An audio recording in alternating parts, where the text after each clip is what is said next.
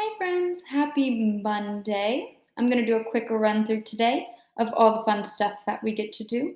There's a couple new things that I'm going to mention, so stay tuned for those, but everything else should be pretty much the same as last week. So we have our good morning video, which you're watching right now. We have our announcements. You can do your check in right here. If you would like our new sheets just for this week, you can click right here. Or if you want to see them on Seesaw, you can click right here. Now, last week, Seesaw wasn't updating like I thought it would. It wasn't updated until about Wednesday, but hopefully, I've ironed all those internet problems out and they're up this week. Also, I've responded to some of your check in quizzes, so if you have a response from me, let me know if you can see it. For reading, we're still working on topic, main idea, and details. We'll be working on this until about Wednesday. And your story today is the history of the Super Bowl. So you can read that out loud to a family member, answer the questions, and then for a bonus, you can read The Super Bowl by Alan Morey on Epic. And if you want, you can click that picture right there and it'll take you straight to Epic, hopefully, because I believe it will. Now, this is something new. We haven't had this before. This is a checkpoint. Now, I have given you all your own Google slide, so you can type directly on your Google slide. So here is our participation grade for our online schooling. So we have our question here. What was the main idea of paragraph 2 of History of the Super Bowl? This is a question that was already in your question sheet here. So you already have this filled out. All you need to do is enter your answer right now there and give it a moment. It's going to load for me here. There we go. Now, there are a couple ways that you can enter this. If you would like, you can just click right here, delete this part, and then type your answer right in that square. If you don't want to type your answer and you'd rather just say it or write it, what you can do is go up here to Tools and go to Voice Type Speaker Notes.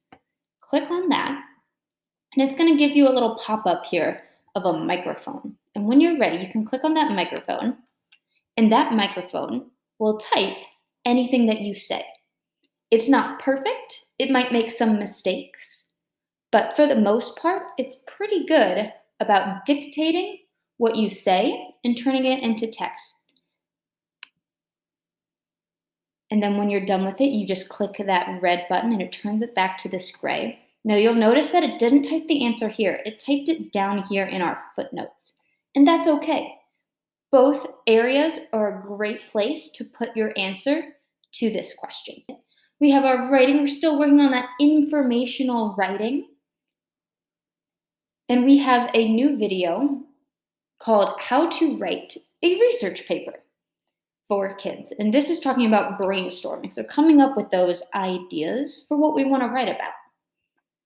Next, we have spelling. This is our last day for our R-controlled vowels. So you can go onto this worksheet. So this could be corn, like the food, and I'd write corn right here in the line next to it. And you can do that for all the words on there.